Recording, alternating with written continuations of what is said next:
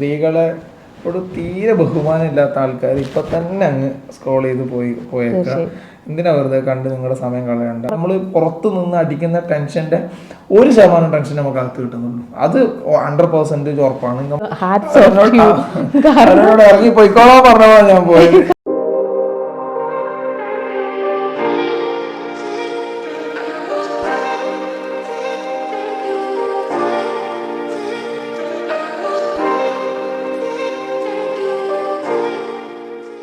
Hello dears, welcome back to our channel. നമ്മുടെ പുതിയൊരു വീഡിയോയിലേക്ക് എല്ലാവർക്കും സ്വാഗതം. എല്ലാവരും സുഖമായിട്ടിരിക്കുകയാണെന്ന് വിശ്വസിക്കുന്നു. അപ്പോൾ ഇന്നത്തെ നമ്മുടെ വീഡിയോ എന്ന് പറഞ്ഞാൽ നമ്മുടെ ഡെലിവറി സ്റ്റോറി പറയുന്ന വീഡിയോ ആണ് കേട്ടോ. കഴിഞ്ഞ അപ്ലോഡ് ചെയ്തേക്കുന്ന 2-3 വീഡിയോസിലും കൂടുതൽ കമൻറ്റ്സ് വന്നത് നമ്മൾ സ്യൂട്ട് റൂം ഡെലിവറി ആയിരുന്നു. അപ്പോൾ കയറിയിട്ടുണ്ടായിരുന്നു. അപ്പോൾ അതിൻ്റെ എക്സ്പീരിയൻസ് ഷെയർ ചെയ്യണമെന്ന് പറഞ്ഞിട്ട് കുറേ കമൻറ്റ്സ് ഒക്കെ ഉണ്ടായിരുന്നു. അപ്പോൾ ഇനി പൊട്ടും വാങ്ങിക്കേണ്ട, നമുക്കതായാലും ഈ ഒരു വീഡിയോ ചെയ്തേക്കാമെന്ന് വിചാരിച്ചിട്ടാണ്. അപ്പം പറഞ്ഞു. പിന്നെ കുറേ കമൻസ് ഞാൻ കണ്ടിട്ടുണ്ടായിരുന്നു.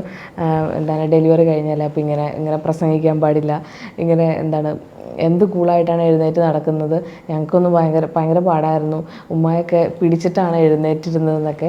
എനിക്കും അങ്ങനെ തന്നെയാണ്. കുറേ ബുദ്ധിമുട്ടുകളും കാര്യങ്ങളും പെയിന് സംഭവമൊക്കെ ഉണ്ട്. ഇപ്പോഴും കിടന്നിട്ട് എണീക്കാൻ വേണ്ടിയിട്ട് ഒരാളുടെ ഹെൽപ്പ് വേണം. പക്ഷെ നമ്മളത് വീഡിയോയിൽ വന്നിട്ട് ഈ ആവശ്യകത കാണിച്ചിട്ട് കാര്യമില്ലല്ലോ. ഇത് നമ്മൾ അങ്ങനെ ഒരു പ്രൊഫഷനായിട്ട് തന്നെ കാണുന്നതാണ്. ഞാൻ അങ്ങനെ കാണുന്നതാണ്. അപ്പോൾ നമുക്ക് എന്തായാലും അത് ഇത് മുമ്പോട്ട് കൊണ്ടുപോയേ പറ്റുള്ളൂ. അല്ലാതെ ഒരു 2-3 മാസം നമ്മളിതിൽ വീഡിയോ ചെയ്യേണ്ടെന്നൊക്കെ വെച്ചിട്ടുണ്ടെങ്കിൽ 2-3 മാസം കഴിയുമ്പോൾ ചാനൽ അവിടെ ഉണ്ടാവില്ല. അതൊക്കെ നമ്മൾ പറയാതെ തന്നെ നിങ്ങൾക്ക് അറിയാവുന്ന കാര്യമാണ്. അപ്പോൾ അതുകൊണ്ടാണ് ബുദ്ധിമുട്ടുകൾ കാര്യങ്ങളൊക്കെ ഉണ്ട്. പക്ഷെ അതൊക്കെ മാറും. അത് ഇതിൻ്റെ ഒരു ഭാഗമാണല്ലോ. നമ്മൾ അങ്ങനെ കണ്ടാൽ മതി. പിന്നെ ഓരോരുത്തർക്കും ഓരോ രീതിയിലാണ് ഇത് അഫക്റ്റ് ചെയ്യുന്നത്. ചിലർക്ക് ഭയങ്കര പ്രശ്നമായിരിക്കും, ചിലർക്ക് അത്ര പ്രശ്നം ഉണ്ടാവില്ല, ചിലർക്ക് ഒരു പ്രശ്നം ഉണ്ടാവില്ല. ഭയങ്കര കൂളായിട്ട് ഇത് കഴിഞ്ഞ ഉടനെ തന്നെ എഴുന്നേറ്റ് ഓടിച്ചാടി നടക്കുന്നത് അങ്ങനെയുള്ളവരും ഉണ്ടാകും. അപ്പോൾ ഓരോരുത്തരും ഓരോ രീതിയിലാണത് ബാധിക്കുന്നത്. അപ്പം അതുകൊണ്ടാണ് കേട്ടോ. അല്ലാതെ വേറെ ബുദ്ധിമുട്ടില്ലാതിരിക്കുക അങ്ങനെയൊന്നുമല്ല. അതിൻ്റേതായിട്ടുള്ള ബുദ്ധിമുട്ടുണ്ട്. പക്ഷെ നമ്മളതങ്ങനെ മാനേജ് ചെയ്ത് മുമ്പോട്ട് പോകുന്നു, അത്രയേ ഉള്ളൂ. പിന്നെ എനിക്ക് തുടക്കത്തിൽ തന്നെ പറയാനുള്ളത്, സ്ത്രീകളെ ഒരു തീരെ ബഹുമാനമില്ലാത്ത ആൾക്കാർ ഇപ്പൊ തന്നെ അങ്ങ് സ്ക്രോൾ ചെയ്ത് പോയേക്കാം. എന്തിനാ വെറുതെ കണ്ട് നിങ്ങളുടെ സമയം കളയണ്ട. കാരണം ഒരുപാട് കമന്റുകൾ ഞാൻ ശ്രദ്ധിച്ചിരുന്നു. പറയുന്നില്ല, മോശമാണത്, എന്തൊക്കെയാണ് ആ കമന്റ് എന്ന് ഞാൻ പറയുന്നില്ല. അപ്പം അത്തരത്തിലുള്ള, അതായത് അമ്മേനെ, അതുപോലെ പെങ്ങളെ, അതുപോലെ മറ്റുള്ള സഹോദരിമാരൊക്കെ തീരെ വില കൽപ്പിക്കാത്ത ആൾക്കാർ ദയവ് ചെയ്തിട്ട് ഈ വീഡിയോ പൂർണ്ണമായിട്ടും കാണരുത്. നിങ്ങൾക്ക് നല്ലോണം വിഷമാവും. പിന്നെ അതുമാത്രമല്ല, നമ്മളിപ്പം ഇതിൻ്റെയൊക്കെ ആവശ്യമുണ്ടോ, ഇതൊക്കെ വന്നിരുന്ന് പറയേണ്ട കാര്യമുണ്ടോ, അങ്ങനെയും ഇതിൽ കമൻസ് വരാം.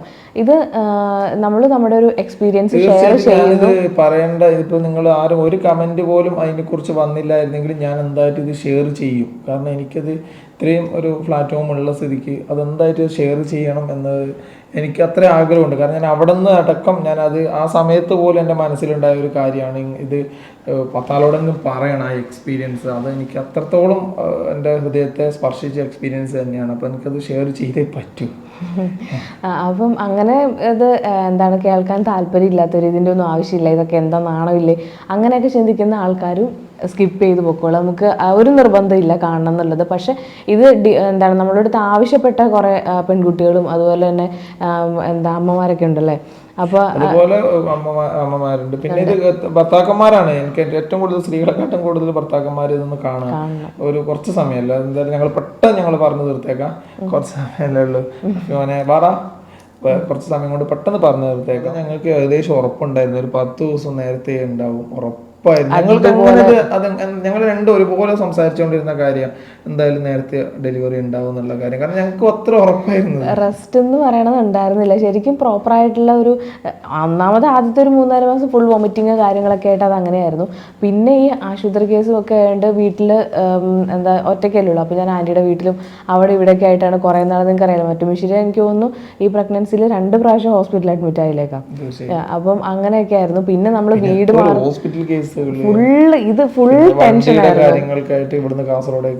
അതിൻ്റെ ഇടയ്ക്ക് നമ്മൾ വീട് ചേഞ്ച് ചെയ്തത്, അങ്ങനെ ഒരു മെന്റലി ഒരു സമാധാനമൊന്നും ഉണ്ടായിരുന്നില്ല കേട്ടോ ഈ ഒരു പ്രഗ്നൻസിയിൽ. പക്ഷേ എനിക്ക് ഭയങ്കര സന്തോഷത്തിൽ, അഭിമാനത്തിൽ എനിക്ക് പറയാൻ പറ്റി. ഡിപ്രഷൻ എന്ന് പറയുന്ന ഒരു സ്റ്റേജിലേക്ക് ഞാൻ ഈ പ്രാവശ്യം പോയിട്ടില്ല. അത് തീർച്ചയായിട്ടും ഞാനത് അങ്ങനെ എൻ്റെ മനസ്സിൽ ഇല്ല, അങ്ങനെ ആ ഒരു ഇതിലേക്ക് പോവില്ല. എങ്ങനെയാണെങ്കിലും നമ്മളിതിൽ സന്തോഷമായിട്ടിരിക്കേണ്ട സമയമാണ്. എങ്ങനെയാണെങ്കിലും നമ്മൾ സന്തോഷമായിട്ടിരിക്കേണ്ട സമയമാണ്. അപ്പോൾ നമ്മൾ ആ ഒരു ഇതിലേക്ക് പോവില്ല, ഡൗൺ ആയി പോവില്ല. എന്ത് സിറ്റുവേഷൻ വന്നാലും ശരി പിടിച്ച് നിൽക്കൂ ഒരു സംഭവം എനിക്ക് ഉണ്ടായിരുന്നു. മെൻ്റലി സ്ട്രോങ് ആയിട്ട് നിൽക്കണം എന്നുള്ളൊരു ഇതുണ്ടായിരുന്നു. കാരണം ഇക്ക അവിടെയാണ്. അപ്പോൾ പിന്നെ ഡൗൺ ആയി പോയിട്ടുണ്ട്, പിന്നെ അപ്പാടെ പോകും. അപ്പോൾ അത് എനിക്ക് ഭയങ്കര സന്തോഷമുണ്ട്, ഭയങ്കര അഭിമാനമുണ്ട് ആ ഒരു കാര്യത്തിൽ. പിന്നെ നമ്മൾ ഒരുപാട് വിഷമിപ്പിക്കുന്ന വേറെ ഒരുപാട് കാര്യങ്ങളുണ്ട്. എല്ലാം നമുക്കിങ്ങനെ പബ്ലിക്കായിട്ട് വന്നെന്ന് പറയാൻ പറ്റില്ല. എന്നാലും അതിൽ നിന്നൊക്കെ പിടിച്ചു നിന്നു. അതാണ് എനിക്ക് പ്രഗ്നൻസിനെ കുറിച്ചിട്ട് പറയാനുള്ളത്. പിന്നെ ഇക്ക പറഞ്ഞ പോലെ തന്നെ നമുക്ക് ഏകദേശം ഉറപ്പായിരുന്നു കുറച്ച് നാൾ മുമ്പിലേക്ക് തന്നെ ഡെലിവറി ആവുമെന്നുള്ളത്. അത് ഈ പറഞ്ഞ പോലെ ഇങ്ങനെ റെസ്റ്റ് ഇല്ലാതെ ഇങ്ങനെ നമ്മളുടെ അടുത്ത് ലാസ്റ്റ് ആകുമ്പോഴത്തേക്കും ഡോക്ടർമാർ പറയില്ല നടക്കണം എന്നൊക്കെ. എനിക്കതിൻ്റെ ഒന്നും ആവശ്യമില്ല, കാരണം ഫുള്ള് നടപ്പായിരുന്നു. പിന്നെ അതിന് ഈ പറഞ്ഞ തന്നെ കാസർഗോഡേക്ക് 2 പ്രാവശ്യം ആദ്യം ഒന്ന് പോകേണ്ടി വന്നു. പിന്നെ ദിവസം വീട് ഒറ്റയ്ക്ക് കൈകാര്യം ചെയ്യേണ്ടി വന്നു. അതിൻ്റെ ഇടയ്ക്ക് നിങ്ങളോട് പറയാത്തൊരു കാര്യം എന്ന് വെച്ചാൽ ഉമ്മച്ചി ഒന്ന് വീണിട്ട് കാലിന് ചെറിയൊരു പ്രശ്നം പറ്റി കുറേ നാളിരുന്നു. അപ്പം ഇവിടുത്തെ ഫുള്ള് കാര്യങ്ങൾ ഞാനായിരുന്നു മാനേജ് ചെയ്തത്. അപ്പം അതൊന്നും അന്ന് പറഞ്ഞില്ല. അപ്പം അങ്ങനത്തെ കുറേ കാര്യങ്ങളൊക്കെ ഇതിൻ്റെ ഇടയ്ക്ക് നടന്നു. പിന്നെ വീഡിയോസ് എടുക്കുക, പോസ്റ്റ് ചെയ്യുക, ഇൻസ്റ്റയിൽ പോസ്റ്റ് ചെയ്യുക, എല്ലാവരും.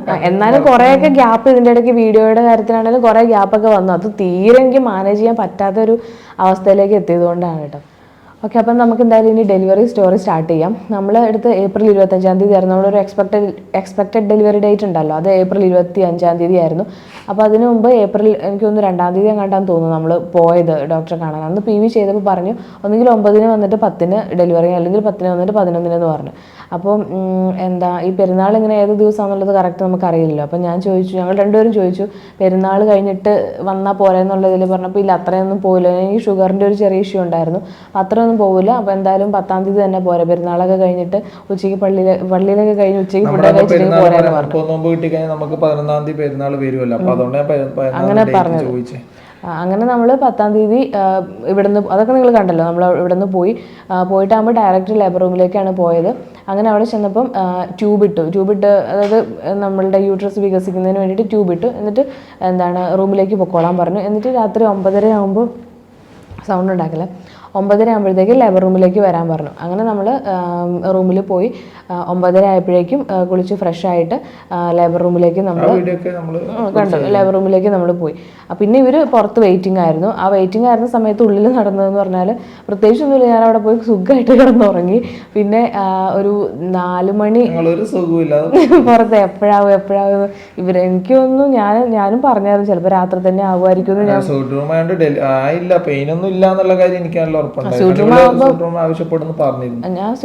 സ്യൂട്ട് റൂമിന്റെ കാര്യം അത് പറയാം. ഓക്കെ, അങ്ങനെ അവിടെ കിടന്ന് സുഖമായിട്ട് ഉറങ്ങി. ഒരു 4 മണിയൊക്കെ ആയപ്പോൾ സിസ്റ്റർ വന്നിട്ട് നമ്മുടെ ട്യൂബ് കാര്യങ്ങളൊക്കെ ഓൾറെഡി റിമൂവ് ആയിട്ടുണ്ടായിരുന്നു, അത് റിമൂവ് ചെയ്തത് എടുത്ത് കളഞ്ഞു. പിന്നെ പോയി ഫ്രഷ് ആയിട്ട് വരാൻ പറഞ്ഞു. അങ്ങനെ ഫ്രഷായി നമ്മൾ NST കാര്യങ്ങളൊക്കെ ചെയ്തു. അതിനുശേഷം നമുക്ക് ടാബ്ലറ്റ് തന്നു കേട്ടോ, 2 ടാബ്ലറ്റ് തന്നു വേദന വരാനുള്ളത്. അത് കഴിച്ചു. പിന്നെ ഒരു 7 മണിയായപ്പോൾ നമുക്ക് അതിൻ്റെ ലേബർ റൂമിൻ്റെ ഉള്ളിൽ നിന്ന് തന്നെ ഫുഡ് കാര്യങ്ങളൊക്കെ തന്നു. പിന്നെ അതിനുശേഷമാണല്ലോ നമ്മൾ കാണുന്നത്. പുറത്ത് വെച്ച് ജസ്റ്റ് നമ്മളൊന്ന് അതെ 7 മണിയൊക്കെ കഴിഞ്ഞു. 7 മണിക്ക് ഫുഡ് തന്നു, അതൊക്കെ കഴിഞ്ഞു. അത് കഴിഞ്ഞപ്പോഴത്തെ ഫുഡ് കഴിച്ച് കഴിഞ്ഞിട്ടാണ് തോന്നുന്നു ടാബ്ലറ്റ് തരുന്നത്, ഞാൻ ഓർക്കണില്ല കറക്റ്റ്. അങ്ങനെ നമ്മൾ കണ്ടു. പിന്നെ അത് കഴിഞ്ഞിട്ട് പിന്നെ ഡോക്ടർ വന്നു. അത് ഇക്ക കണ്ടു കഴിഞ്ഞിട്ട് പിന്നെ അഫിയും ഉമ്മച്ചിയും വന്ന് കണ്ടിട്ടുണ്ടായിരുന്നു. അങ്ങനെ അവർ പോയി.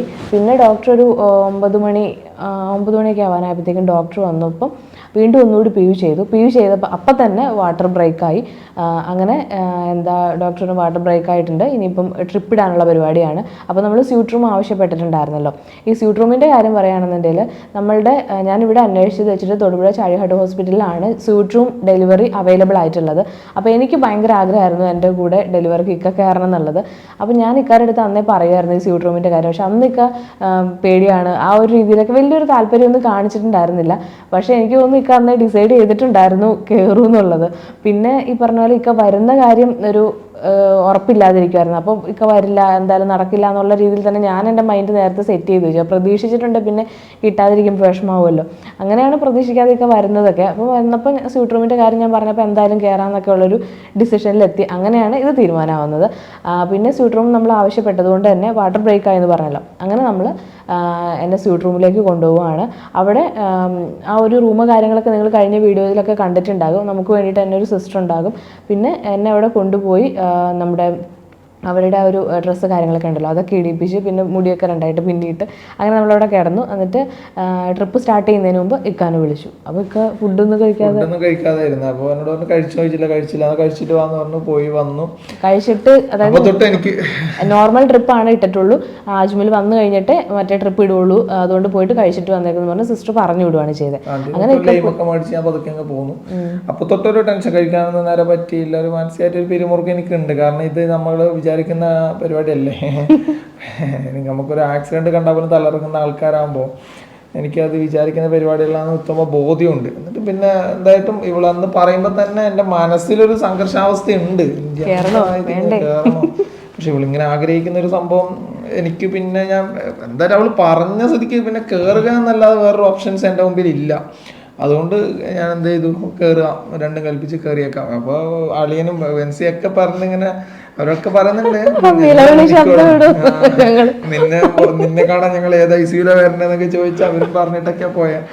പിന്നെ എന്തായിട്ടും ഞാൻ കയറിയ കുഴപ്പമില്ല. എനിക്ക് എന്നെ ഏറ്റവും കംഫർട്ടാക്കിയ സിസ്റ്റർ തന്നെയാണ് സെലിം മാഡം നന്നായിട്ട് എന്നെ കംഫർട്ടാക്കി. ഞാൻ ആദ്യം തന്നെ പേഴ്സണലായിട്ട് നല്ലോണം സംസാരിച്ചു. ഞങ്ങള് പിന്നെ നന്നായി സംസാരിച്ച് ചായ കുടിക്കാൻ പോയി എന്ന് പറഞ്ഞില്ലേ, അതിനു മുമ്പ് തന്നെ ഞങ്ങൾ ആ സമയത്ത് തന്നെ ഞങ്ങൾ ഓൾറെഡി പരിചയപ്പെട്ട് ഫാമിലി അങ്ങോട്ടും ഇങ്ങോട്ടും ഫാമിലി ഡീറ്റെയിൽസ് ഒക്കെ ഷെയർ ചെയ്ത് ഒരു നല്ല രീതിയിൽ പരിചയം ആയിട്ടുണ്ടായിരുന്നു. അപ്പം നോർമൽ ട്രിപ്പാണ് കേട്ടോ ഇട്ടിട്ടുള്ളത്. കറക്റ്റ് 9:30 ആയപ്പോഴത്തേക്കും നോർമൽ ട്രിപ്പ് ഇട്ടു. അപ്പോൾ ആശനാക്ക് ചെറിയൊരു പെയിനും കാര്യങ്ങളൊക്കെ ഉണ്ട്. അപ്പൊ ഞാൻ ചോദിച്ചു എങ്ങനെ സിസ്റ്ററിന് മുമ്പുള്ള എക്സ്പീരിയൻസ് എങ്ങനെയാ, ആൾക്കാർ പിന്നെ ഇതിൽ ചൂസ് ചെയ്യുമ്പോൾ എങ്ങനെയാണ് അവരുടെ എക്സ്പീരിയൻസ്. അങ്ങനെ ചിലർ നിൽക്കും, ചിലർ പകുതിക്കൊന്ന് ഇറങ്ങിപ്പോകും, ചിലർ അവസാനം ആകുമ്പോഴേക്കും കരഞ്ഞുകൊണ്ട് പോകും ഇങ്ങനെ ഇത് കാണുമ്പോൾ എന്നൊക്കെ പറഞ്ഞ്. പക്ഷെ കുഴപ്പമൊന്നുമില്ലല്ലോ, നമ്മളൊക്കെ ഇല്ല, നമുക്ക് അഡ്ജസ്റ്റ് ചെയ്യാം, അജ്മൽ ധൈര്യത്തിൽ ഇരിക്കും എന്നൊക്കെ പറഞ്ഞു. ഞാൻ 2 പ്രാവശ്യം വെള്ളമൊക്കെ കുടിച്ചപ്പോൾ സിസ്റ്റർക്ക് എന്താ ടെൻഷൻ ഉണ്ട്. ഞാൻ ടെൻഷനില്ല, ഭക്ഷണം കഴിച്ചിട്ട് 1 മണിക്കൂർ കഴിഞ്ഞിട്ട് വെള്ളം കുടിക്കാറുള്ളൂ എന്നൊക്കെ പറഞ്ഞ് അഡ്ജസ്റ്റ് ചെയ്ത് നിന്നു. അങ്ങനെ ഏകദേശം പെയിൻ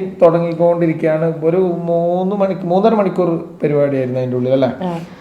ഏകദേശം അവസാനത്തെ ഒരു 1.5 മണിക്കൂറാണ് ഏറ്റവും സംഘർഷഭരിതമായിട്ട്. 9:30 ട്രിപ്പ് ഇട്ടു എന്ന് പറഞ്ഞില്ലേ, അതിനുശേഷം ഒരു 10:30 11 മണിയൊക്കെ ആവാനായപ്പോഴത്തേക്കാണ് നല്ല, അതായത് വന്നും പോയി നിൽക്കുന്ന ഒരു പെയിൻ ഉണ്ടല്ലോ, അത് നല്ല രീതിയിൽ വന്നു. അപ്പോൾ ഇക്കാണേലും സിസ്റ്ററാണേലും ഭയങ്കര സപ്പോർട്ടായിരുന്നു. നമുക്ക് ബോഡി ഇങ്ങനെ മസാജ് ചെയ്ത് തരിക, അങ്ങനെയൊക്കെ നടുവിന് നല്ലൊരു പെയിൻ ഉണ്ടാവില്ല, അപ്പോൾ അവിടെയൊക്കെ ഇങ്ങനെ തിരുമ്മി തരിക, അങ്ങനെയൊക്കെ.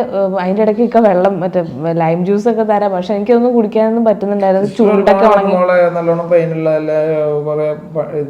ടെൻഷൻസ് ഒക്കെ ഒന്ന് ചുണ്ടൊക്കെ വരണ്ടിരിക്കുകയാണ്, കുറച്ച് വെള്ളം കുടിച്ചോ എന്നൊക്കെ പറഞ്ഞൊരു എന്തായാലും മകളോട് പെരുമാറുന്ന രീതി നമുക്കത് ഭയങ്കര ഫീൽ ചെയ്യും.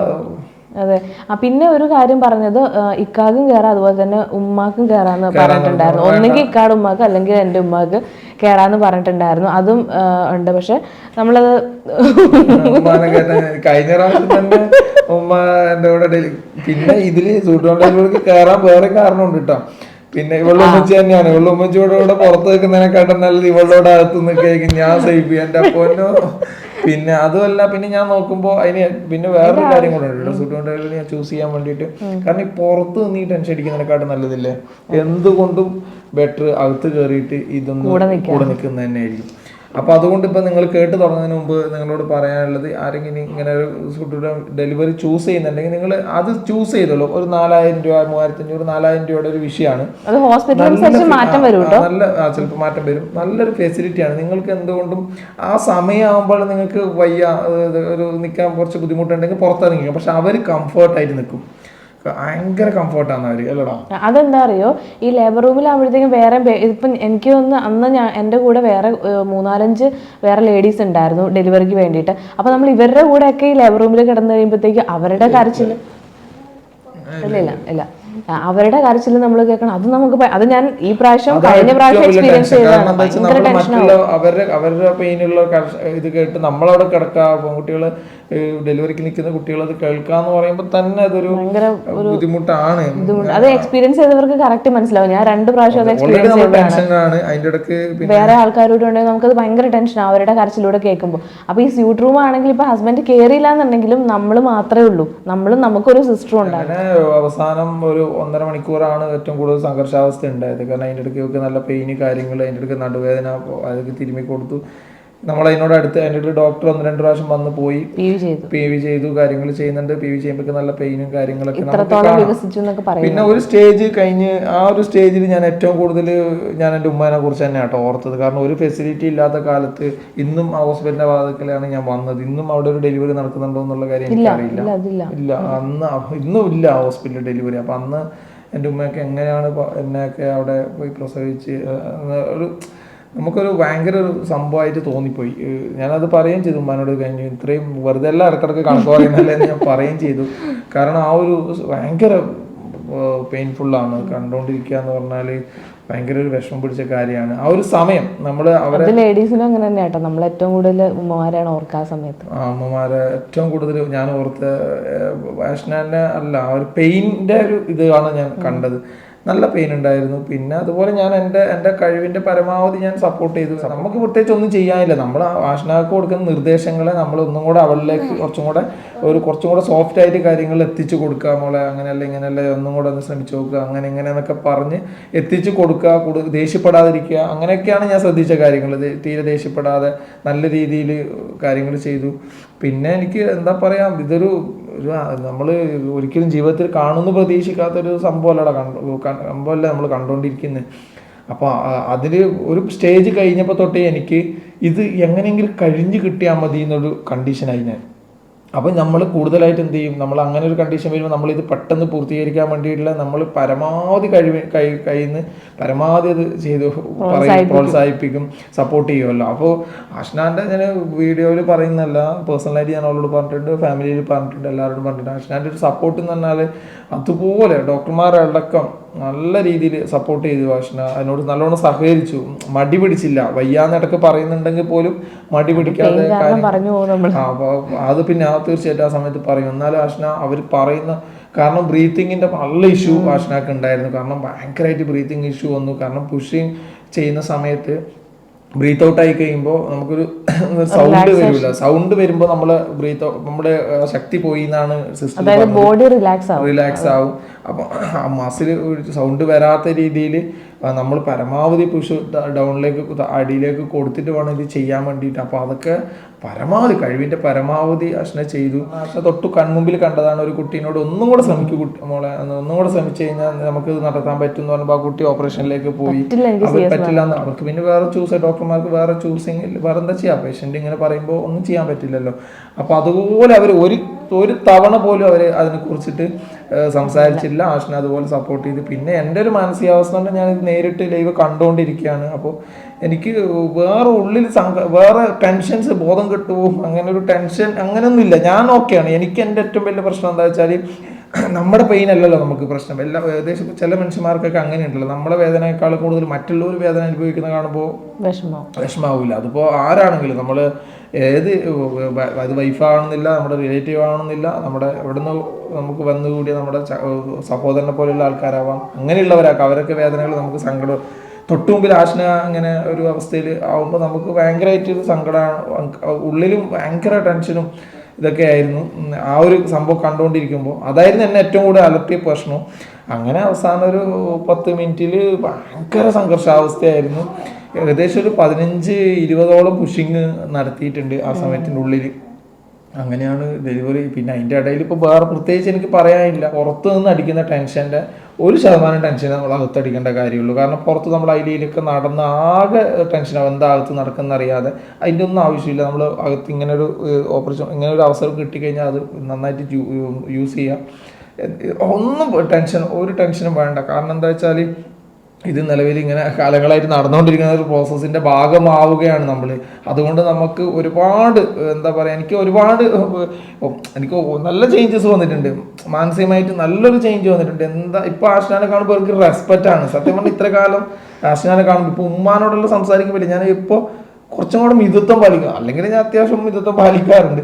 അതിനേക്കാൾ കുറച്ചും കൂടെ നല്ലോണം സ്മൂത്തായി ഞാൻ. കാരണം എന്താ വെച്ചാൽ എൻ്റെ ഉമ്മയ്ക്ക് ഇത്രയും ഫേസ് ചെയ്തൊരു നമുക്ക് ഇത് കേട്ടറിവല്ലേ, ഇത് കേട്ടറിവും കണ്ടറിവും തമ്മിൽ വ്യത്യാസം വരില്ലേ, അറിവും തിരിച്ചറിവും തമ്മിലുള്ള വ്യത്യാസം പോലെ ഇത് ഞാൻ എൻ്റെ കൺമുമ്പിൽ കണ്ടതാണ്. അതുകൊണ്ട് എന്താ പറയുക, എനിക്ക് ഒരിക്കലും ആ ഒരു കാഴ്ച എൻ്റെ ഓണിലും ഉറക്കിലും ഇപ്പോൾ ആ ഒരു കാഴ്ച തന്നെയാണ്.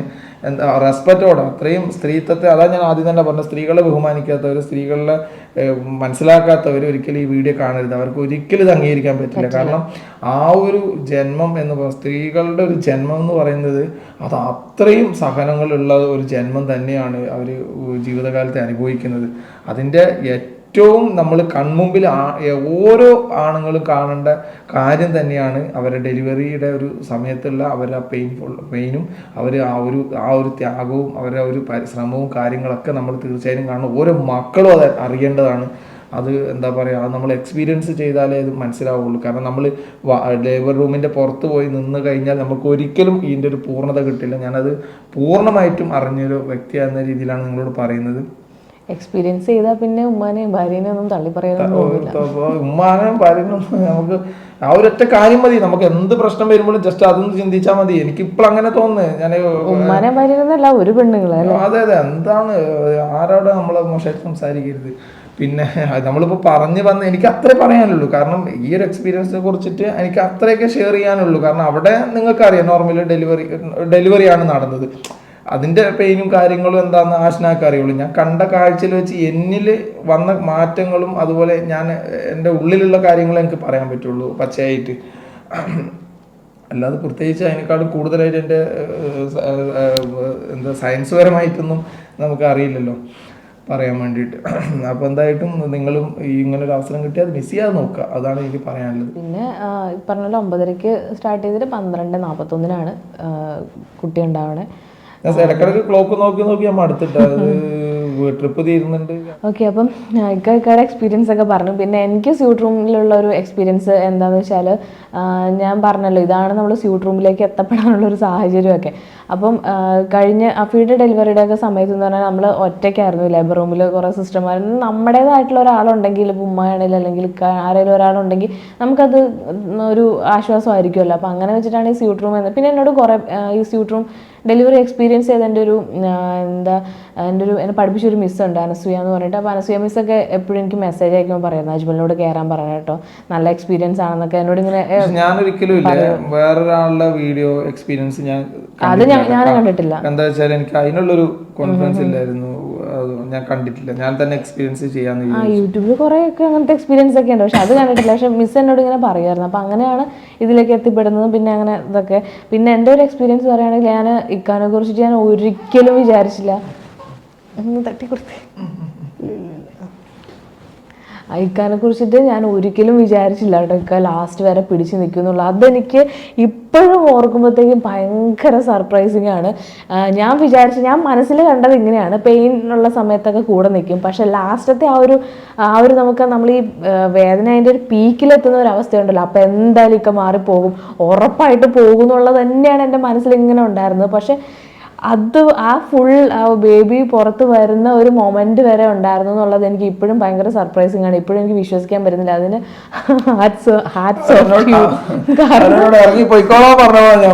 കാരണം അതിന്റെ ഇടയ്ക്ക് ഞാൻ ഇക്കാരുടെ ഈ വേദനയുടെ ഇടയ്ക്ക് ഞാൻ പറയുന്നുണ്ട്, പറ്റുന്നില്ലെങ്കിൽ മാറില്ല. ഞാൻ പറഞ്ഞില്ല 2-3 പ്രാവശ്യം പറഞ്ഞു, നീ കംഫർട്ടബിൾ ആണോ, നിനക്ക് ഞാൻ മാറണം ഞാൻ പറഞ്ഞു.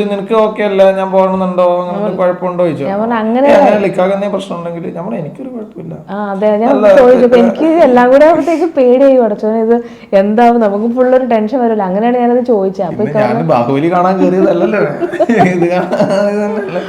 അങ്ങനെ അതെനിക്ക് ഭയങ്കര ഒരു സർപ്രൈസിങ് ആയിരുന്നു. ഞാൻ ഒട്ടും പ്രതീക്ഷിച്ചില്ല കേട്ടോ. ഇപ്പോഴും ഞാൻ പറഞ്ഞില്ല, എനിക്കത് വിശ്വസിക്കാൻ പറ്റുന്നില്ല. അത് പിന്നെ കയറിയത് കൊണ്ട് തന്നെ എനിക്ക് ഭയങ്കര സപ്പോർട്ടായിരുന്നു. നമുക്ക് കൂടെ ഉണ്ടല്ലോ ഒരാൾ, നമുക്ക് അത് പ്രത്യേകിച്ച് ഇക്കായും കൂടെ ആണല്ലോ, നമ്മുടെ എല്ലാം ആണല്ലോ. അപ്പോൾ അങ്ങനെ ഒരാൾ ഈ ഒരു സമയത്ത് നമ്മൾ ഏറ്റവും കൂടുതൽ വേദന അനുഭവിക്കുന്ന ഒരു ടൈമിൽ നമ്മുടെ കൂടെ നിൽക്കാന്ന് പറഞ്ഞിട്ടുണ്ടെങ്കിൽ അത് ഭയങ്കര ഒരു അനുഭവമാണ്. അപ്പം എന്നെ സംബന്ധിച്ചിടത്തോളം എനിക്ക് ജീവിതത്തിൽ മറക്കാൻ പറ്റില്ല. പിന്നെ അതുപോലെ തന്നെ ഈ നമ്മൾ Q&A ഒക്കെ ഇടുമ്പോഴത്തേക്കും എല്ലാവരും ചോദിക്കാറുണ്ട് ഈ സന്തോഷമുള്ള മൊമെൻറ്റ്, അല്ലെങ്കിൽ നമ്മുടെ പാർട്ട്ണറിനോട് ഏറ്റവും കൂടുതൽ സ്നേഹം തോന്നിയ മൊമെൻറ്റ് ഏതാണെന്നൊക്കെ.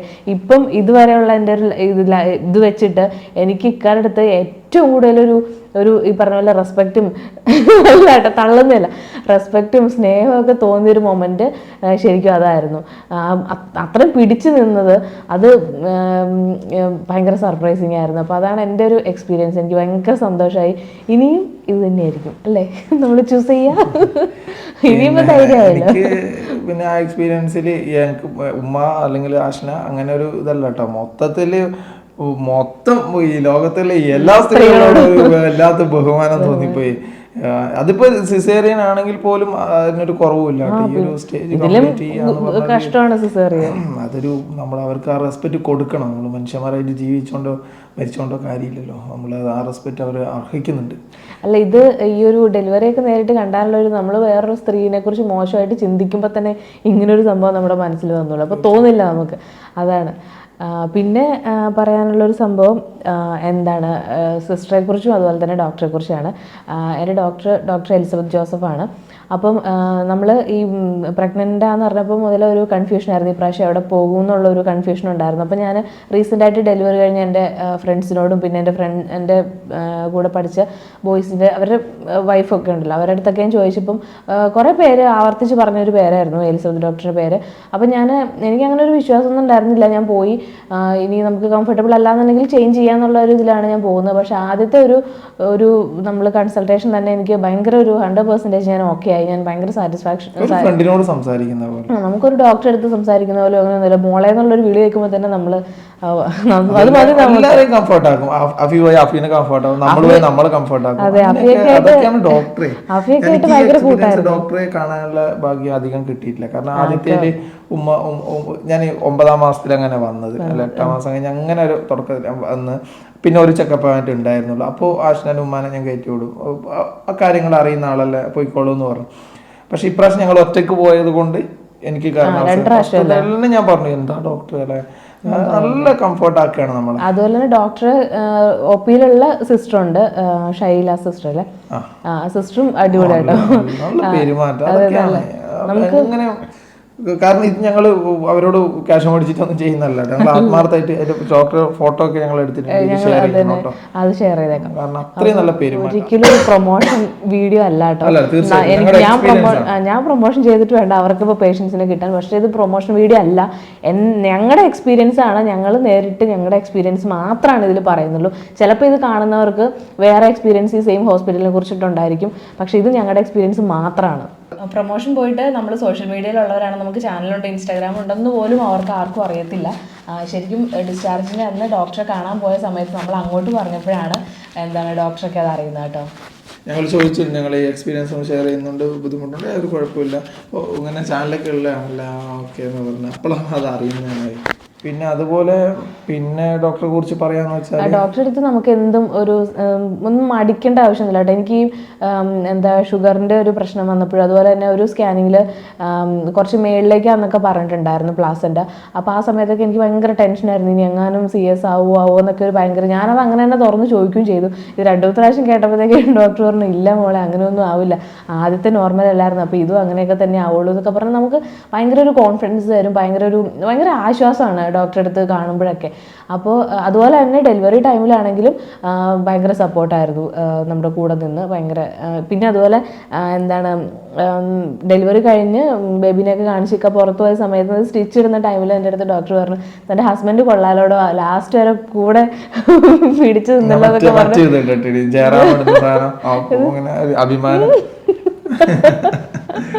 അതെൻ്റെ ഹസ്ബൻഡ് കൊള്ളാലോടോ, ലാസ്റ്റ് വരെ പിടിച്ചു നിന്നല്ലോ എന്നൊക്കെ പറഞ്ഞപ്പോൾ ഞാൻ ഇതിന് വേണ്ടിയിട്ട് എന്നെ ദുബായിൽ നിന്ന് വന്നതെന്നൊക്കെ ഇങ്ങനെ പറഞ്ഞു. അപ്പം പിന്നെ എന്നിട്ട് നമ്മൾ ഡിസ്ചാർജ് ആവുന്ന ടൈമിൽ ഡോക്ടറെ പോയി കണ്ടിട്ടുണ്ടായിരുന്നു. ഞങ്ങൾ ഒരു താങ്ക് യു ഒക്കെ അറിയിച്ചൊരു ഫോട്ടോ ഒക്കെ എടുത്തിട്ടാണ് വന്നത്. പിന്നെ സെലിൻ സിസ്റ്റർ പിന്നെ കാണാൻ പറ്റില്ല, ഞങ്ങൾ പോയ സമയത്ത് ആ ദിവസം ലീവായിരുന്നു അല്ലേ, നമ്മുടെ ഡിസ്ചാർജിൻ്റെ ടൈമിൽ ലീവായിരുന്നു. അപ്പോൾ അതുകൊണ്ട് കാണാൻ പറ്റില്ല. സിസ്റ്റർ ആണെങ്കിലും ഭയങ്കര സപ്പോർട്ടായിരുന്നു നമ്മുടെ കൂടെ തന്നെ. നമുക്ക് ആ ഒരു അമ്മ ഫീലിംഗ് ഒക്കെ തോന്നും ആ സമയത്ത്, നമുക്ക് അതാണല്ലോ. അതെ അതെ. അപ്പം 27 വർഷത്തെ എക്സ്പീരിയൻസ് ഉണ്ട്. അതിൽ തന്നെ ഞങ്ങൾ ഓക്കെ ആയി. അല്ല എക്സ്പീരിയൻസിലല്ല കേട്ടോ, മാനുഷികമായിട്ട് ആൾക്കാരെ മനസ്സിലാക്കുന്നതിൽ തന്നെയാണ് സിസ്റ്റർമാര് ഡോക്ടർമാര്. വെറുതെ അല്ല അവരെ മാലാഖമാരെന്ന് വിളിക്കുന്നത്, വെറുതെ വിളിക്കുന്നതൊന്നും അല്ല. അതൊക്കെ ഇങ്ങനെയുള്ള ഒരു അനുഭവമൊക്കെ ഉണ്ടാകുമ്പോഴാണ് നമ്മളതൊക്കെ തിരിച്ചറിയുന്നത് ശരിക്കും. പിന്നെ ഇതൊക്കെയാണ് ഞങ്ങളുടെ സ്യൂട്ട് റൂം ഡെലിവറി എക്സ്പീരിയൻസ്. കാരണം ഞാൻ നിങ്ങൾ ഇതിന് ചിന്തിച്ചാണ്, കാരണം കൂടുതലായിട്ടൊന്നും പറയാനുണ്ടാവില്ല. നമുക്ക് ഇങ്ങനെ ഒരു നിങ്ങൾക്കറിയാലോ ഡെലിവറിയുടെ കാര്യങ്ങൾ ഇങ്ങനെ പറയാൻ, ഞാൻ കണ്ട കാര്യങ്ങൾ അവിടെ നടക്കുന്ന എന്താണെന്ന് നിങ്ങൾക്ക് നന്നായിട്ട് അറിയാം. നമുക്ക് വേറെ ഒരുപാടൊന്നും ഉൾപ്പെടുത്താൻ പറ്റില്ല. പിന്നെ എനിക്ക് എല്ലാവരോടും പറയാനുള്ള റിക്വസ്റ്റ്, ഇത് നിങ്ങൾ പലരിലേക്കും ഒന്ന് ഷെയർ ചെയ്യുകയും ചെയ്യുക ഈ വീഡിയോ. കാരണം അത് കുട്ടികളെയും കൂടെ കാണിച്ചോളൂ, ഒരു കുഴപ്പമില്ല. കാരണം അവരും അറിയണം കുറച്ച് കാര്യങ്ങളെ. പിന്നെ കുറേ കമൻസ് ഉണ്ടായിരുന്നു, ബേബിയുടെ വെയിറ്റ് എത്രയാണെന്ന് ചോദിച്ചാൽ 2,810 ബേബിയുടെ വെയിറ്റ്. പിന്നെ ബില്ലിൻ്റെ എത്ര രൂപയാകും എന്നൊക്കെ ചോദിച്ചായിരുന്നു. അതിപ്പം നമുക്ക് ഇവിടത്തെ പോലെ പല ഹോസ്പിറ്റലിലും വ്യത്യാസം ഉണ്ടാകും, ഇവിടത്തെ പോലെ ആയിരിക്കില്ല. 35 അത് സൂട്ട് റൂം കൂടി ഉൾപ്പെടെയല്ലേ? 35. പക്ഷെ ഇതിന് സെപ്പറേറ്റ് എത്രയാന്നുള്ളത് അറിയില്ല കേട്ടോ. അത് സെപ്പറേറ്റ് ബില്ല് കൊടുത്തിട്ടുണ്ടായിരുന്നില്ല. 4,000 പറഞ്ഞിരുന്നു, ബില്ലിൽ കാണിച്ചില്ല, ചിലപ്പോൾ ഉൾപ്പെടുത്തിയിട്ടുണ്ടാവും. അപ്പൊ മൊത്തം നമുക്ക് സ്യൂട്ട് റൂമും കൂടി ഉൾപ്പെടെ 35 4,000 ഒരു നഷ്ടമില്ല. കാരണം അന്ന് രാവിലെ 9 മണി തൊട്ട് വൈകുന്നേരം 9 മണി വരെ എങ്ങനെ ആ റൂമിലുണ്ടായിരുന്നു. നമുക്ക് അതായത് ഡെലിവറി നടന്ന അന്ന് വൈകിട്ടത്തെ രാത്രിയിലത്തെ ഫുഡും കൂടി എനിക്ക് തന്നിട്ടാണ് അവര് നമ്മളെ മറ്റേ എടുത്ത റൂമിലേക്ക്. നമുക്ക് പുറമേ നിന്ന് വരുന്ന ആൾക്കാർക്ക് സെപ്പറേറ്റഡ് ആണ്, ആർക്കും ഡിസ്റ്റർബ് ഇല്ല. അതിന് തന്നെ വേറെ എൻട്രൻസ് കാര്യങ്ങൾ എല്ലാം കൊണ്ടും സെപ്പറേറ്റഡ് ആണ് കാര്യങ്ങളെ. അപ്പൊ പിന്നെ ആർക്ക് വേണമെങ്കിൽ വന്ന് പോവാം. വേറെ ആൾക്കാർ ഡെലിവറി ഇപ്പുറത്തുണ്ടെങ്കിൽ പോലും അവരൊന്നും നമ്മൾ കാണുന്നോ ബാധിക്കുന്നില്ല. നമ്മൾ വേറെ തന്നെ എൻട്രൻസിലെ വന്ന് നമ്മൾ ആ റൂമിൽ ഇരിക്കുന്നു. ആ സോഫയുണ്ട്, കാര്യങ്ങളുണ്ട്, കസേരയുണ്ട്, എല്ലാം നല്ല സൗകര്യം, ടോയ്ലറ്റ് കാര്യങ്ങളെല്ലാം ഫെസിലിറ്റി ഉണ്ട് അതിൻ്റെ ഉള്ളിൽ തന്നെ. അല്ലാണ്ട് പിന്നെ അന്ന് നമ്മൾ കാണാവുന്ന ബന്ധുക്കൾ എല്ലാവരും അങ്ങോട്ടേക്കാണ് വന്നത്. പിന്നെ നമ്മൾ ഈ പറഞ്ഞ പോലെ രാത്രി ഫുഡ് കഴിക്കുന്നവരെ എല്ലാവരും അവിടെ ഉണ്ടായിരുന്നു. അത് കഴിഞ്ഞ് നമ്മൾ ഡ്രസ്സൊക്കെ ചേഞ്ച് ചെയ്തിട്ട് അവർ തന്നെ നമ്മളെ റൂമിലേക്ക് ആക്കി തരികയാണ് ചെയ്യണേ. അപ്പം അത് ആ ഒരു റേറ്റിനത് കുഴപ്പമില്ല അല്ലേ? തീർച്ചയായിട്ടും. അപ്പം നമുക്ക് ബില്ലിന്റെ കാര്യം കുറെ പേര് ചോദിച്ചിട്ടുണ്ടായിരുന്നു, എത്ര രൂപയായി എന്നൊക്കെ ഉള്ളത്. അപ്പം ഇതാണ് ബില്ല് കൂടുക എന്ന് പറഞ്ഞ മഞ്ഞപ്പ് കാര്യങ്ങളൊക്കെ ഉണ്ടെങ്കിൽ കുട്ടിയുടെ ഇതില് ബില്ല് കൂടാൻ സാധ്യതയുണ്ട്. ഈ ബേബിയുടെ ഇതും കൂടെ കൂട്ടിയിട്ടാണ് ഇത്രയും പറഞ്ഞത്. കൂട്ടിയിട്ടാ പറഞ്ഞത്. 20 അല്ല 20 സംതിങ് അല്ല 30 കൊച്ചിന്റെ അടുക്കാണ്. കൊച്ചിന് 5 രൂപ. അന്ന് വെച്ചാൽ ഈ വാക്സിൻ എടുത്തത്, ഇഞ്ചക്ഷൻ അങ്ങനെയുള്ളതൊക്കെ കൂടി എല്ലാം കൂടി ഉൾപ്പെടുത്തിയിട്ടാണ് ആ ഒരു എമൗണ്ട് കേട്ടോ. അതും കടുംപിടുത്തൊന്നുമില്ല. ബില്ലിംഗ് ഒക്കെ ഞാൻ എപ്പോഴാണ് അവസാന ഘട്ടത്തിലാണ് മറ്റേ ഇങ്ങനെ വിളിച്ചോണ്ടിരിക്കുക. ഞാൻ ഉമ്മാനെ കൊണ്ട് ഹോസ്പിറ്റലിൽ ശ്വാസം മുട്ടിന്റെ പ്രശ്നം ഉണ്ടായിരുന്നു. അങ്ങനെ അവരൊക്കെ എന്തായിട്ട് അമ്മ വിളിച്ചോണ്ടിരിക്കും, ബില്ല് മറ്റു മെഡിക്കൽ അവരതൊന്നുമില്ല, ബില്ലായിട്ടുണ്ട് എന്ന് പറഞ്ഞ് അവർ പോയി. പിന്നെ ഞാൻ വൈകുന്നേരം എങ്ങാനും പോയാൽ പേ ചെയ്ത്. അപ്പം ഇതാണ് ഞങ്ങളുടെ എക്സ്പീരിയൻസ്. ഇത്രയൊക്കെ ഉള്ളൂ ഇതിലത് പറയാനായിട്ട്. മെയിനായിട്ടും ആ ഒരു സ്യൂട്ട് റൂം ഡെലിവറി, ഇനി ഒരു 9 സ്യൂട്ട് റൂം ഡെലിവറി കിട്ടിയാലും 9 പറയിക്കേണ്ടി വരും. അങ്ങനല്ല, പിന്നെ എനിക്ക് ഒരു പ്രശ്നമില്ല, അത്രയും ഓക്കെയാണ് ഏകദേശം. കാരണം അവരടക്കം പറഞ്ഞല്ലോ അത്രയും. ഞാൻ അവരോട്, കാരണം ഡോക്ടർ ഒരു തവണയേ പറയുന്നുള്ളൂ, ഞാൻ 3 തവണയെങ്കിലും ആശാനോട് പറയും, ഡോക്ടർക്ക് പണി കുറവാണ്. എന്താ വെച്ചാൽ എനിക്ക് സിസേറിയനിലേക്ക് കടത്തി വിടരുത് എന്നുള്ളൊരു ഉറച്ച ഇത് എനിക്കുണ്ട്. അങ്ങനെ എന്തായിട്ട് ഞാൻ അവരോട് അത് പറയുകയും ചെയ്തു, ഡോക്ടറോടും നേഴ്സിനോടും ഷെയർ ചെയ്തിരുന്നു, സിസേറിയനിലേക്ക് പോകരുത്, അതെ ഇതില്ല മക്കളെ, അങ്ങനെയൊന്നും ആവില്ല, നമുക്ക് നോക്കാം, പരമാവധി നമുക്ക് ശ്രമിച്ചു നോക്കാം. അപ്പൊ ഞാൻ ഓരോന്ന് ചോദിക്കുന്നുണ്ട്, തല തിരിഞ്ഞു വന്നിട്ടുണ്ടോ, അതുണ്ടോ ഇതുണ്ടോ. അങ്ങനെ അവസാനം ജസ്റ്റ് എന്റെ ചോദ്യം കാണിച്ചിട്ട് എന്തെങ്കിലും നിന്താ നോക്കിക്കോ, തലയൊക്കെ നോക്കിക്കോളിന്ന് പറഞ്ഞു. അതൊക്കെ കണ്ടു നിൽക്കാന്ന് പറഞ്ഞാൽ അയ്യോ ഭയങ്കര കേട്ടോ. അത് നമുക്ക് പെണ്ണുങ്ങൾക്ക് കണ്ടിരിക്കാൻ പറ്റില്ല. ഞാനിതുവരെ എന്റെ ജീവിതത്തിൽ ഒരു ആക്സിഡന്റോ നേരിട്ട് കണ്ടിട്ടിരുന്നില്ല. ഇങ്ങനെ ആരും ചോരയിൽ കുളിച്ച് കിടക്കുന്ന അങ്ങനെ ഒരു സംഭവം നേരിട്ടൊന്നും ഞാൻ കണ്ടിട്ടില്ല. ഈ വീഡിയോസും ഫോട്ടോസൊക്കെ കാണുമ്പോൾ അതും അങ്ങനെ ആഴത്തിൽ നോക്കാറുമില്ല ഞാൻ. പക്ഷെ എനിക്ക് എന്തോ അത് ഞാൻ വേറൊരാളുടെ കാര്യം, ആഷ്നാന്റെ ഒരാളുടെ കാര്യം എന്നത് കൊണ്ടാണ് ഞാൻ കയറിയത്. മനസ്സിലായില്ലേ? അവർക്ക് ഓക്കെ ആണല്ലേ, നമ്മൾ പോകണമെന്ന് അവർ ആഗ്രഹിക്കുന്ന നിൽക്കുന്ന എനിക്കും അതിയായ ആഗ്രഹം സൂട്ട് റൂം ഡെലിവറിക്ക് പോകണമെന്ന് അങ്ങനെ ഒരു ആഗ്രഹം എനിക്ക് ഉണ്ടായിരുന്നില്ല. പക്ഷെ ആഷ്ന അങ്ങനെ ഈ ഒരു സമയത്ത് അവൾ അങ്ങനെ ഒരു കാര്യം ആവശ്യപ്പെടുമ്പോൾ തീർച്ചയായും എന്നെ കൂടെ പറ്റുന്നതാണെങ്കിൽ അത് ചെയ്തു കൊടുക്കാം എന്നതാണ് ഞാൻ വിചാരിച്ചത്. പക്ഷെ അത് ചെയ്തു കൊടുത്തേ പിന്നെ ഇനിയിപ്പോൾ അവൾ അടുത്ത പ്രാവശ്യം ആവശ്യപ്പെട്ടില്ലെങ്കിൽ ഞാൻ തീർച്ചയായിട്ടും ഞാൻ കയറും. അടുത്ത പ്രാവശ്യം എന്ന് പറഞ്ഞാൽ ഇനി എന്തെങ്കിലുമൊക്കെ സംഭവിച്ചാൽ ആവശ്യപ്പെട്ടില്ലെങ്കിൽ പോലും ഞാൻ കയറിപ്പോകും എന്നത് തന്നെയാണ്. ഇനി എൻ്റെ എല്ലാ കൂട്ടുകാരോടാണെങ്കിലും ആരോടാണെങ്കിലും ഞാനത് പറയുകയും ചെയ്യും, നിങ്ങളത് എക്സ്പീരിയൻസ് ചെയ്യണമെന്ന്. പിന്നെ എനിക്ക് നമ്മുടെ സെക്കൻഡ് ഡെലിവറി ആയതുകൊണ്ടുള്ളൊരു കുറച്ചൊരു കംഫർട്ട് സോൺ ഉണ്ടായിരുന്നു കേട്ടോ, അത് ഇല്ലയെന്ന് പറയാൻ പറ്റില്ല. ഫസ്റ്റത്തേന് ചിലപ്പോൾ ഇത്രയും നമുക്ക് പിടിച്ചു വെക്കാൻ പറ്റണമെന്നില്ല. അതെ, എന്നാലും കുഴപ്പമില്ല, നമ്മൾ കുറച്ച് അവർക്ക് സപ്പോർട്ടീവായിട്ട് അങ്ങ് നിന്ന് കൊടുത്താൽ കൂടെ ഉണ്ടെങ്കിൽ അത് ഭയങ്കര ആശ്വാസമാണ്. ഈ ലേഡീസിനെ സംബന്ധിച്ചിടത്തോളം ഭയങ്കര ആശ്വാസമാണ്. നമുക്ക് ഒരാളുണ്ടല്ലോ നമ്മുടെ കൂടെ. ബാക്കി എന്താ മറ്റുള്ളവരെ പ്രത്യേകിച്ച് ഹസ്ബൻഡും കൂടി ആകുമ്പോഴത്തേക്കും നമ്മുടെ തന്നെയാണല്ലോ. അപ്പോൾ പിന്നെ അത് നമുക്കൊരു ഭയങ്കര കംഫർട്ട് സോണാണ്. അപ്പം എന്താ പെയിൻ വരുമ്പോഴൊക്കെയാണെങ്കിൽ പോലും നമുക്കത് പെയിനുണ്ട് എല്ലാം ഓക്കെയാണ്, എന്നാലും നമുക്കൊരു ഒരു ഒരു ആശ്വാസം ഉണ്ടായിരിക്കും. സെയിം തന്നെയാണ് പറയുന്നത്. നമ്മൾ പുറത്തുകൊണ്ട് ആവശ്യമില്ലാതെ എന്തിനാ ടെൻഷൻ അടിക്കുന്നത്, അകത്ത് ഓക്കെ പോയിന്റ് അപ്പ് ചെയ്യാം. അപ്പോൾ എനിക്കും അത് തന്നെയാണ് പറയുന്നത്. നമ്മൾ ആവശ്യമില്ലാതെ പുറത്തു നിന്നിട്ട് ടെൻഷൻ അടിക്കുന്നതിനെക്കാട്ടും എന്തുകൊണ്ടും നല്ലത് നമ്മൾ അകത്ത് കയറി അവരിപ്പോൾ നിൽക്കുന്നതായിരിക്കും ഏറ്റവും ബെറ്റർ. Mind up. ഓക്കെ, അപ്പോൾ എന്തായാലും ബേബി എഴുന്നേറ്റിട്ടുണ്ട്, ഇത്ര നേരം ഉറങ്ങായിരുന്നു. സോ ഇതാണ് ഞങ്ങളുടെ എക്സ്പീരിയൻസ്. എന്താണ്, അപ്പം ഇഷ്ടപ്പെട്ട ലൈക്ക് ചെയ്യുക, ഷെയർ ചെയ്യുക, പിന്നെ ആദ്യമായിട്ട് കാണുന്നതാണെങ്കിൽ ഒന്ന് സബ്സ്ക്രൈബ് ചെയ്തേക്കുക. പിന്നെ നെഗറ്റീവ് കാര്യങ്ങളൊക്കെ നമ്മളെ എക്സ്പീരിയൻസ് ഷെയർ ചെയ്തെന്ന് മാത്രമേ ഉള്ളൂ, അല്ലാതെ ഇതിൽ വേറെ ആരും ഒരു നെഗറ്റീവ് കാര്യങ്ങളൊന്നും വിചാരിക്കേണ്ട. ഓക്കെ, അപ്പോൾ നമുക്ക് എന്തായാലും ഇനി നെക്സ്റ്റ് വീഡിയോയിൽ കാണാം. ബൈ.